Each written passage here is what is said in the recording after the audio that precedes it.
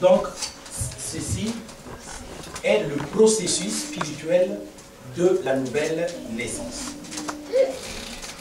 Vous allez remarquer qu'on dira de quelqu'un qu'il est né de nouveau que lorsque totalement il a expérimenté, c'est-à-dire qu'il a vécu toutes ces opérations lorsqu'il arrive à la 4e opération. La nouvelle naissance ou la régénération n'est possible que lorsqu'on parvient à la conversion.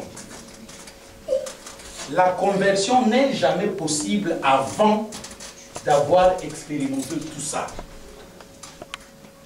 Parce qu'on dit que quelqu'un est converti lorsqu'il se tourne totalement de la voie qu'il suivait auparavant. Or, on ne peut se tourner totalement de la voie qu'on suit auparavant que lorsque Dieu entre en nous et nous tourne vers sa voie à lui. C'est pourquoi toutes ces étapes-là sont des étapes préparatoires pour que l'Esprit vienne en vous. La première étape, c'est l'audition de l'Évangile. Vous savez, ce que nous faisons, là par exemple, nous sommes en train de faire un enseignement apostolique où on apporte ce qui est écrit. Mais cet enseignement a aussi des enseignements sur l'Évangile. On est en plein dans la saine doctrine, là. On est dans la saine doctrine. Mais quand on parle du message évangélique, il y a des textes de la Bible qui expliquent bien qu'est-ce qu'est le message évangélique. C'est-à-dire le message que tout un chacun de vous doit croire. Il doit le comprendre pour qu'il se rende compte c'est quoi l'évangile. Je peux vous donner quelques exemples. Le message évangélique, nous l'avons dans Ésaïe, vous allez prendre cela. Ésaïe, chapitre 52, à commencer par le verset.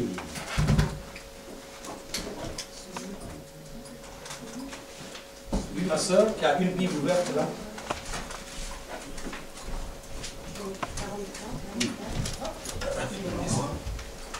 Merci, ma soeur. Ésaïe. Waouh, il me faut des lunettes. D'accord.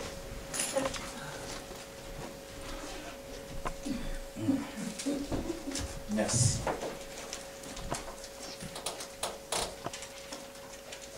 Ésaïe. Voilà, verset 13, 52, verset 13, jusqu'à Ésaïe 53, verset 12.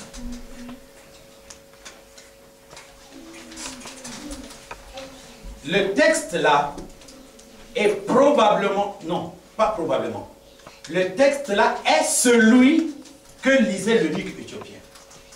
Amen. D'accord? Amen. Il le lisait et il ne le comprenait pas. Et quand Philippe est venu, Philippe lui a posé la question de savoir, comprends-tu ce que tu lis? Il a dit, ce prophète, est-ce de lui qu'on parle ou de quelqu'un d'autre? Philippe lui a dit, ce prophète parle de Jésus. Il dit, quel Jésus? Le Jésus qu'on a crucifié là? Il dit, oui, le Jésus que tu as vu crucifié à Jérusalem là, parle de lui. Donc c'est un texte qui explique l'évangile.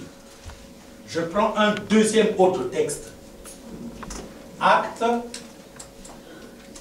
chapitre 2. Tout ce texte-là, vous allez le lire par exemple à la maison. C'est-à-dire que quand tu lis, tu comprends qu'est-ce qu'est l'évangile. Est-ce que nous sommes d'accord? Il y a un autre texte. Actes, chapitre 3, verset... Non, il faut que je voie bien.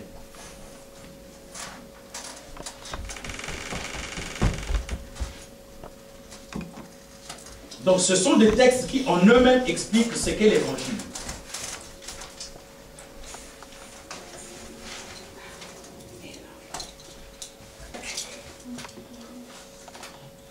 Voilà, je suis dans Actes chapitre 3.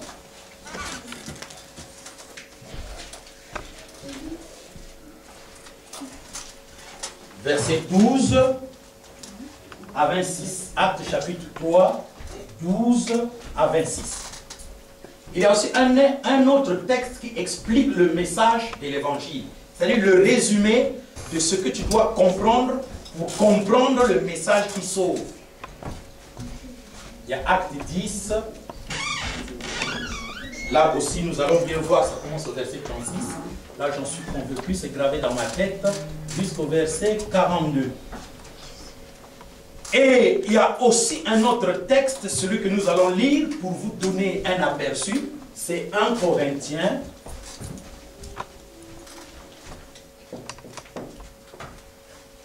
Chapitre 15, versets 1 à 11. Donc, comment vous entendez qu'on vous dit qu'il faut d'abord écouter l'évangile, l'audition de l'évangile, c'est-à-dire écouter l'évangile. Ce n'est pas tout ce qu'on dit tous les jours, mais il y a des textes de la Bible qui résument par le Saint-Esprit, utilisant des serviteurs de Dieu, ce que tu dois normalement connaître et qui doit sauver. Amen. Amen. Prenons le cas. Nous allons faire la lecture de 1 Corinthiens 15, 1 à 11. Nous terminerons justement là. Nous sommes parvenus à la fin. Il est 17 h.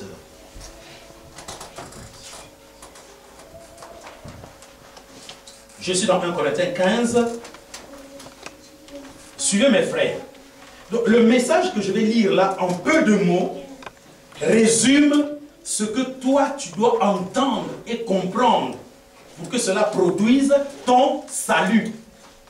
Parce que celui qui produit le salut, c'est le Saint-Esprit qui, quand tu as compris ceci, vient dans ton cœur. Après t'avoir fait expérimenter tout ça, lors de ta conversion. Le jour où tu seras converti, tu dois recevoir le Saint-Esprit. C'est pourquoi Paul pouvait dire à 12 disciples, à Éphèse, avez-vous reçu le Saint-Esprit lorsque vous avez cru? Le jour de la conversion, c'est le jour où l'on croit. Ici, là, tu as totalement cru. Tu n'es plus un non-croyant. Tu es un croyant. Et donc, qu'est-ce qu'il est écrit? Je vous rappelle, mes frères et sœurs, l'évangile que je vous ai annoncé, que vous avez reçu et dans lequel vous tenez ferme. C'est aussi par lui que vous êtes sauvés. Si vous le retenez dans les termes où je vous l'ai annoncé. Autrement, votre foi aurait été inutile. Est-ce que vous êtes en train de comprendre? Amen. Dans les termes que Paul a annoncé aux Corinthiens l'évangile.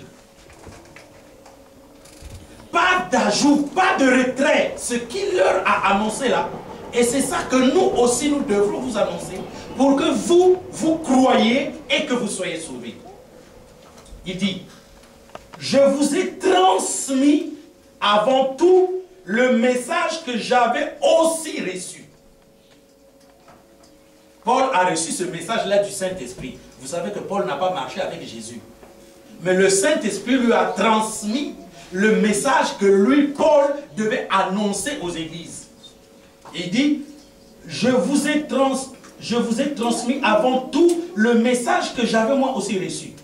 Christ est mort pour nos péchés. Donc, le premier principe de l'évangile, c'est que Christ est mort pour nos péchés. Donc, Christ est mort pour mes péchés. Christ est mort pour ses péchés. Christ est mort pour nos péchés. Pour tous ceux qui font partie du peuple de Dieu, la première des choses que vous devez savoir individuellement et croire individuellement, c'est que Christ est mort pour vos péchés. C'est pourquoi on vous dit, tes péchés d'hier, tes péchés d'aujourd'hui et tes péchés qui viendront accidentellement dans le futur. Il est mort pour ça. Donc, il n'existe pas. Il faut que tu en arrives là. C'est ça qu'on appelle Christ est mort pour nos péchés. Il a fait que nos péchés qu'on a commis dans les temps passés, qu'on commet maintenant, qu'on commet demain. Frère, on ne fait pas l'apologie. C'est-à-dire qu'on n'est pas fier de pécher aujourd'hui. D'ailleurs, quand on pêche, ça nous dérange. Mais quand ça nous dérange, ressaisissons-nous. Sachons qu'il y a quelqu'un qui est mort pour ça. Même quand on est dérangé, ah, mais pourquoi le péché là ne quitte pas? Oui, sache qu'il est mort pour... Ah, mais pourquoi le péché là ne quitte pas? Il est mort pour ça. Ça te fait mal, mais il faut que tu reviennes à ton état. Oui, ça fait mal parce que tu as péché. Mais sache qu'il y a quelqu'un qui a enlevé cela et reçoit le pardon, la rémission. Il y a quelque part, on a dit la rémission des péchés. Quelque part. On n'a pas parlé de rémission des péchés. Vous voyez, ça est là. À la deuxième position. Et il continue. Maintenant, Christ est mort pour nos péchés conformément aux Écritures. Donc, conformément à toute l'ancienne loi. L'Ancien Testament ne parle que de la rémission de nos péchés. Voilà pourquoi, par exemple, ici, on parle de la rémission de nos péchés. Ensuite, Christ est mort pour nos péchés conformément aux Écritures. Il a été enseveli et il est ressuscité le troisième jour. Frère, le fait que Christ a été enseveli, c'est ce fait-là que toi tu es plongé dans l'eau. Si tu as cru que Jésus-Christ est mort pour tes péchés, alors sache que Christ est vraiment mort. Et donc toi tu dois vraiment être plongé dans l'eau. Maintenant, le fait qu'il est ressuscité le troisième jour, c'est le fait qu'on te sort toi de l'eau. Car quand tu sors de l'eau, tu sors en nouveauté de vie. Et donc, tu cherches que la vie nouvelle vienne, c'est-à-dire le Saint-Esprit. Il a été enseveli et il est ressuscité le troisième jour conformément aux Écritures. Ensuite, il est apparu à Céphas, puis aux 12. Après cela, il est apparu à plus de 500 frères et sœurs à la fois, dont la plupart sont encore vivants et dont quelques-uns sont morts. Ensuite, il est apparu à Jacques, puis à tous les apôtres. Après eux tous, il m'est apparu à moi aussi, comme à un enfant né hors terme. En effet, je suis le plus petit des apôtres et je ne mérite même pas d'être appelé apôtre parce que j'ai persécuté l'église de Dieu. Mais par la grâce de Dieu, je suis ce que je suis et sa grâce envers moi n'a pas été sans résultat. Voilà pourquoi il faut que ta nouvelle naissance ait un résultat. Il faut que tu sois un vrai témoin, capable de parler de Jésus-Christ aux hommes et aux femmes qui ne le connaissent pas et de les attirer vers Jésus-Christ. Tu dois être capable d'enseigner à ta femme, à ton mari, à ton ami au travail, à tes amitiés, qui est Christ. Forcément dit, non, mais tu sais, mon pasteur va te parler. Non, non, non, non, non. Il faut que tu naisses de nouveau. Et quiconque est né de nouveau et a reçu le Saint-Esprit doit être capable d'expliquer ça, les Écritures là. C'est ça qu'on vous demande premièrement, d'être capable d'expliquer. Et quand vous les expliquez, vous devez les expliquer par rapport à votre expérience, à vous-même. Car le fait que vous ayez reçu le Saint-Esprit a fait de vous des témoins. C'est-à-dire des gens qui peuvent communiquer l'expérience qu'il y a en vous aux autres. Ce qui prouve que la vie est en vous, c'est quand vous pouvez témoigner de cette vie-là qui est en vous aux autres. Mais si vous êtes incapable, c'est que vous n'avez pas en soi celui qui parle. Bien-aimé, ce n'est pas la connaissance que tu as que tu vas dire aux gens. Vraiment, s'il est là, tu trouveras les mots. Parce qu'il est écrit, ce n'est pas vous qui parlerez, mais l'Esprit de votre Père. Amen. Amen. Ainsi donc, que ce soit moi, ou que ce soit eux, c'est-à-dire les 12 apôtres, voilà le message que nous prêchons. Et voilà aussi ce que vous avez cru. Amen. Amen. C'est ça le message. Il n'est pas compliqué. Merci ma soeur. C'est ça le message, frère. Il n'est pas long, il n'est pas compliqué. Oh non, mais qu'est-ce que je vais dire aux gens? Ça, tu peux le dire. Homme ou femme peut le dire. C'est différent du ministère. Mais ce que nous devons être capables de dire aux gens, c'est ça. Si Dieu m'a établi ministre, c'est parce que je sais dire ça aux gens. Tout ce que je connais là, les temps, tout, ça, c'est pour l'édification. Mais ce qui donne la vie, c'est simple. Ce que vous avez lu dans 1 Corinthiens 11 là, il n'y a que deux choses. Un, Christ est mort pour nous selon l'Écriture et il est ressuscité. N'est-ce pas? C'est ça. C'est ça qui donne la vie éternelle. Nous allons lever dans la prière.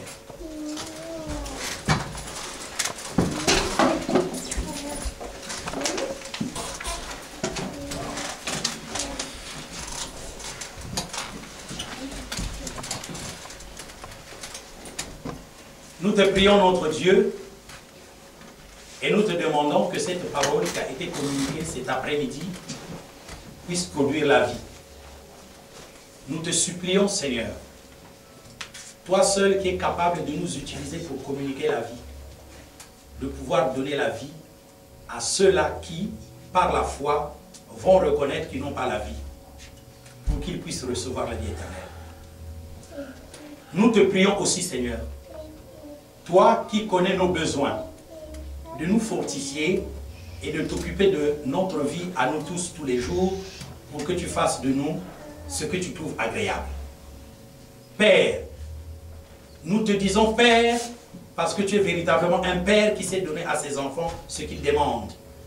Et nous nous en remettons à toi seul qui connais nos meilleurs besoins, de te souvenir de nous maintenant, de te souvenir de nous demain, jusqu'à ce qu'un jour, nous soyons dans l'éternité avec toi. Que cette parole que nous sommes en train d'ensemencer puisse être utilisée par toi, de telle sorte que les hommes et les femmes qui, ici et ailleurs, vont l'écouter, qu'ils reçoivent la vie. Parce qu'aujourd'hui encore, tu sauves, tu délivres, tu apportes la nouvelle naissance. Et nous te prions, de telle sorte que cette parole trouve dans leur cœur de la foi. De telle sorte que cette parole puisse opérer des signes et des miracles, des guérisons et des prodiges. Et que tu puisses distribuer les dons du Saint-Esprit à tout un chacun de ceux-là qui écoutent, de ceux-là qui reçoivent et de ceux-là qui peuvent mettre en application cette parole par ton esprit que tu vas déverser dans leur cœur.